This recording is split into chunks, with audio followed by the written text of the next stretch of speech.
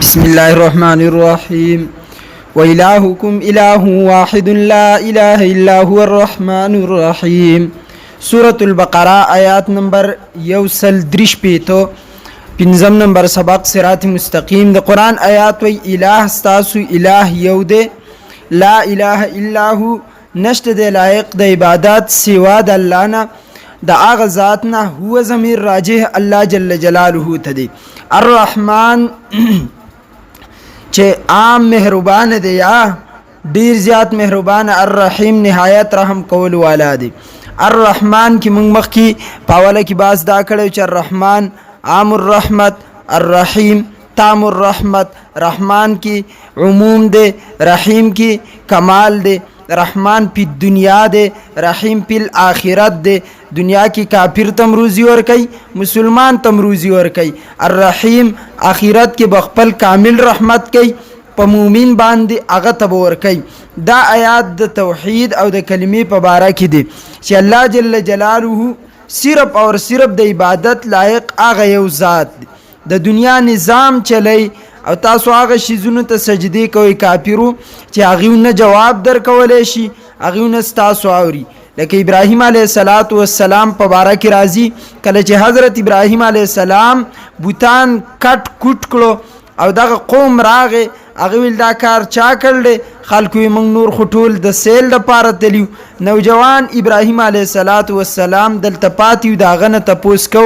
آی چې کله راوستو نو ابراهیم ته دا بوتان چا مات کړل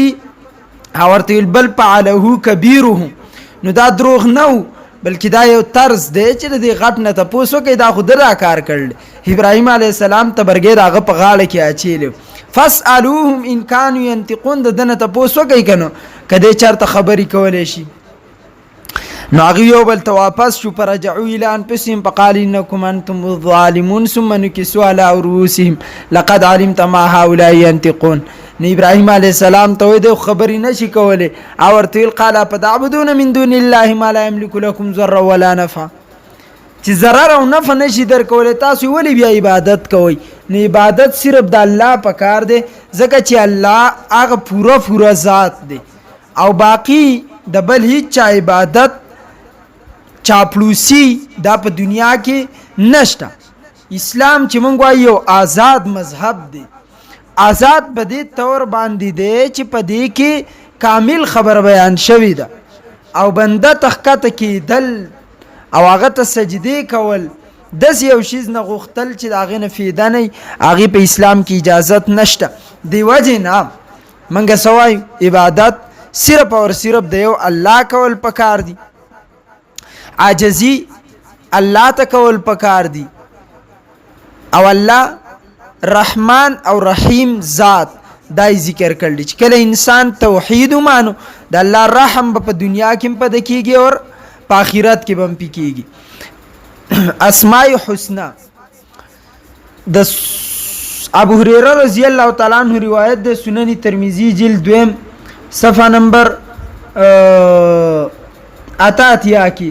کتاب الدعوات کی ابو هريره رضی الله تعالی عنہ فرمایي د نبی علیہ السلام نے روایت کی چې قال رسول الله فرمایل ان لله تعالی بشک خاص د الله د پاره 99 اسما یو کم سل نمونه دي نمونه خو علماء ډیر را نقل کړل دي البته دلته په روایت کې هغه نمونه چې یو کم سل دي داغي یادول 100 الا واحده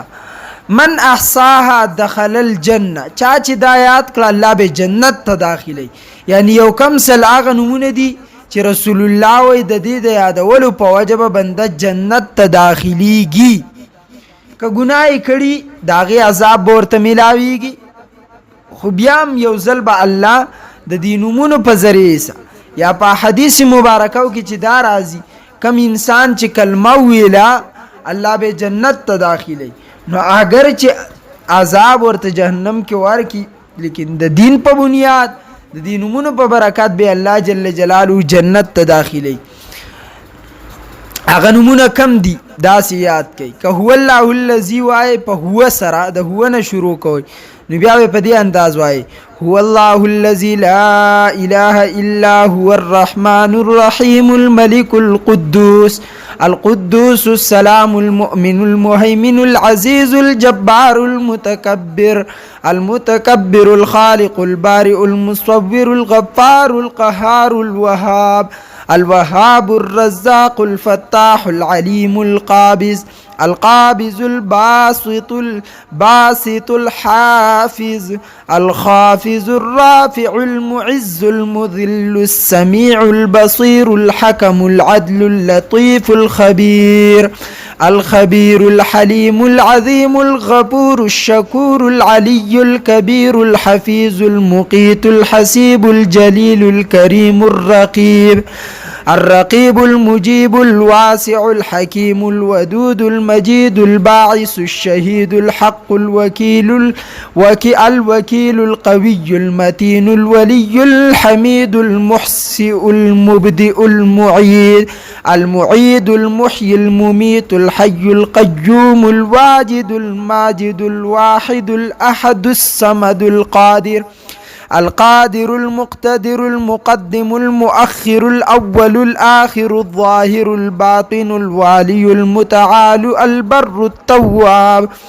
المنتقم العفو الرؤوف المالك الملك ذو الجلال والإكرام المقسط الجامع الغني المغني المانع الضار النافع النور الهادي البديع باقي الوارث الرشيد الصبور او چې کله په دې اندازې وای یا الله یا رحمان یا رحیم د هر یو ساواله کیام ذکر کولای شي صحیح شو دا دوانه طریقې دي دا یو کم سلمونه دي چا چې دا یاد کړو الله جل جلاله به جنت ته داخلي نمبر 3 عقیدم د توحید باری تعالی په باره کې ده ځکه د قرآن آیات موږ د توحید په باره کې ولوستو دغه شان د الله نومونه مو ولوستو البته یو مسله درته په هغې کې وکړم الرحمن الرحیم دا مخکې ما په بسم الله کې پرېښودی وه رحمان نوم چاته دنیا کې نشي ښودی ځکه قرآن حدیث کې نشته چې مثال عبدالرحمن ته رحمان وي یا عباد الرحمن ته رحمان وي ملک الرحمن ته رحمان وي دا رحمان با خاص چې ذکر کیږي دا صرف د الله لپاره البته الرحیم مثال د چانوم عبدالرحیم دی نو رحیم ورته ویلی شي رحیم کاکا رحیم لالا رحیم ماما ځکه قرآن کې رحیم د بنده د انسان د پاره ذکر شوی دی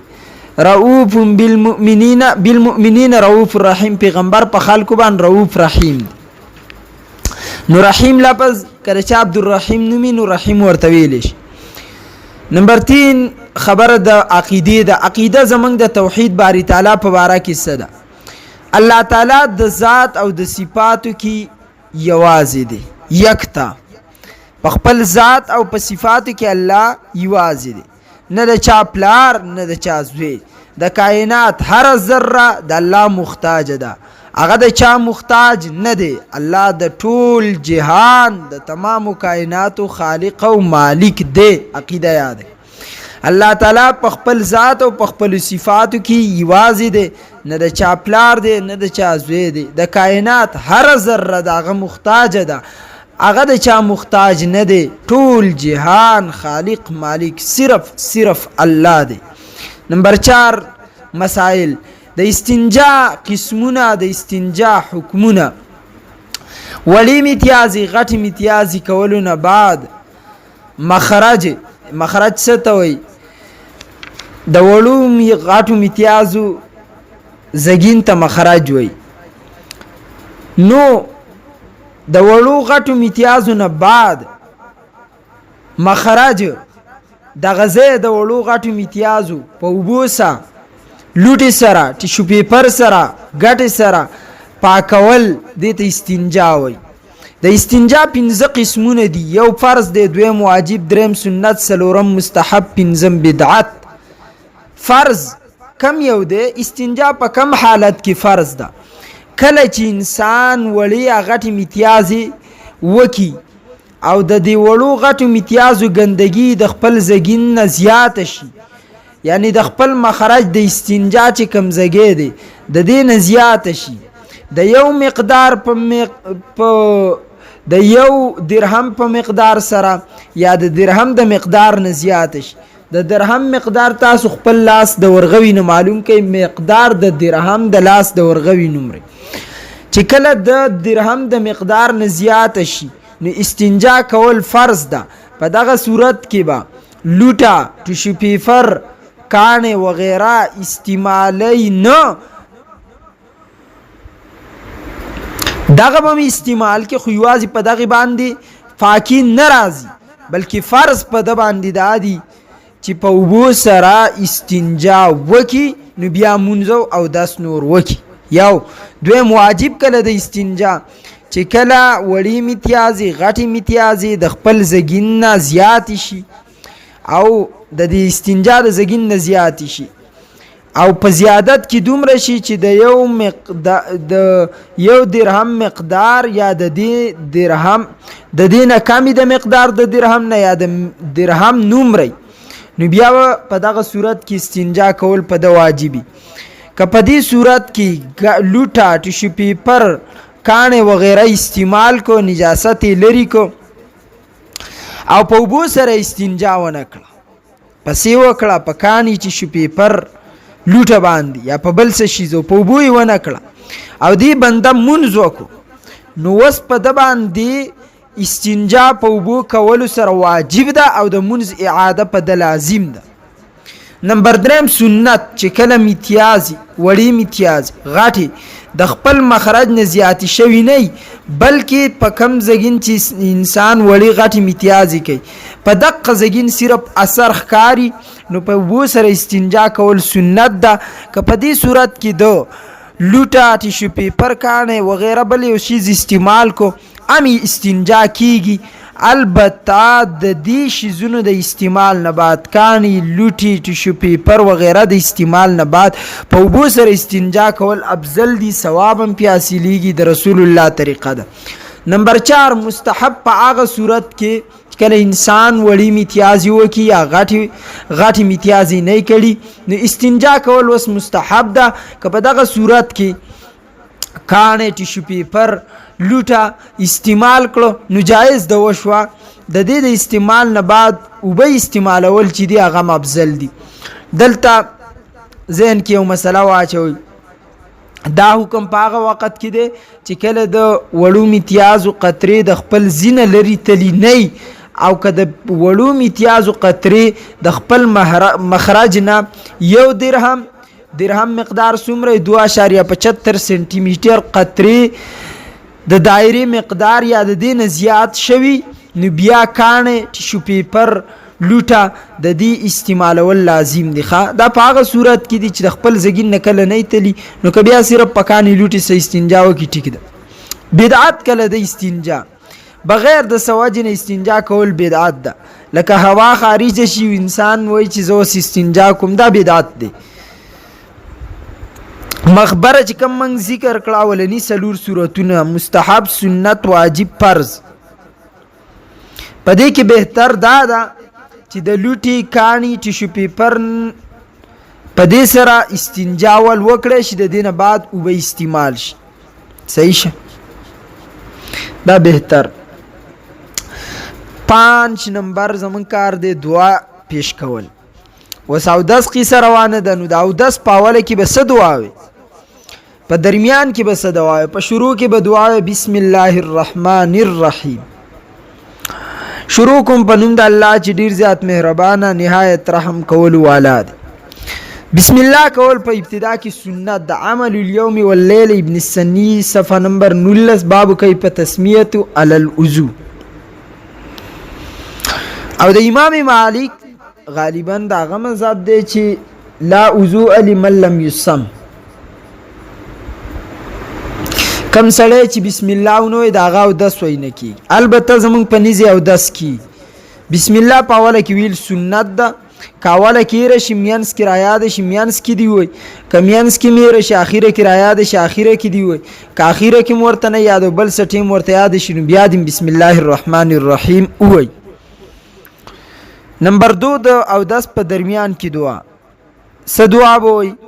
په میانس د اودس کې؟ که اوله کې بسم الله نه کړي مینس کې بسم الله دې مو کې بیا دې دا دعا مو اللهم اغفر لي ذنبي ووسع لي في داري وبارك لي في رزقي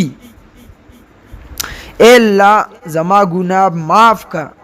زما کور فراخ کا زما پر رزق کی برکت واچو بهترین دعا ده الله په دې ټیم کې قبله هم بعضی ټیمونو کې برکت وای چې شیز کمی په کور کې لیکن فائدې زیات وي او سړی سره پیسې زیات خو فائدې کم کنجوسی نو الله زمونږ په رزق کې برکت زمونږ په کور کې فراخي پیدا کړ فراخي مطلب دا دی چې هر سړی ورته په فراخ زله راځي دیم پکې په فراخ په امانی ډېرې بهترین دعاګانې دي اللهم اغفر لي ذنبي زما ګناه ما ته وبخ